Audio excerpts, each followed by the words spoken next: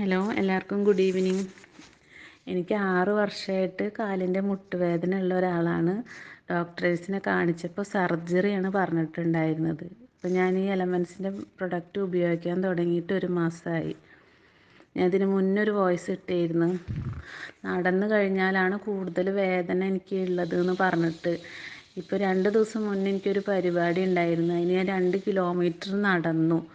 എന്നിട്ട് അന്ന് രാത്രി ഞാൻ സുഖമായിട്ട് കിടന്നുറങ്ങി. അങ്ങനെ നടന്ന ദിവസങ്ങളിൽ എനിക്ക് ഉറക്കം വരില്ല, അത്രയ്ക്ക് വേദനയാണ് ഉണ്ടാവാറ്. ഇപ്പോൾ എനിക്ക് ഒട്ടും വേദന ഇല്ല. ഇനിയിപ്പോൾ എനിക്കുള്ളത് മുട്ട് പൂർണ്ണമായിട്ട് മടക്കാൻ പറ്റുന്നില്ല എന്നാണ്.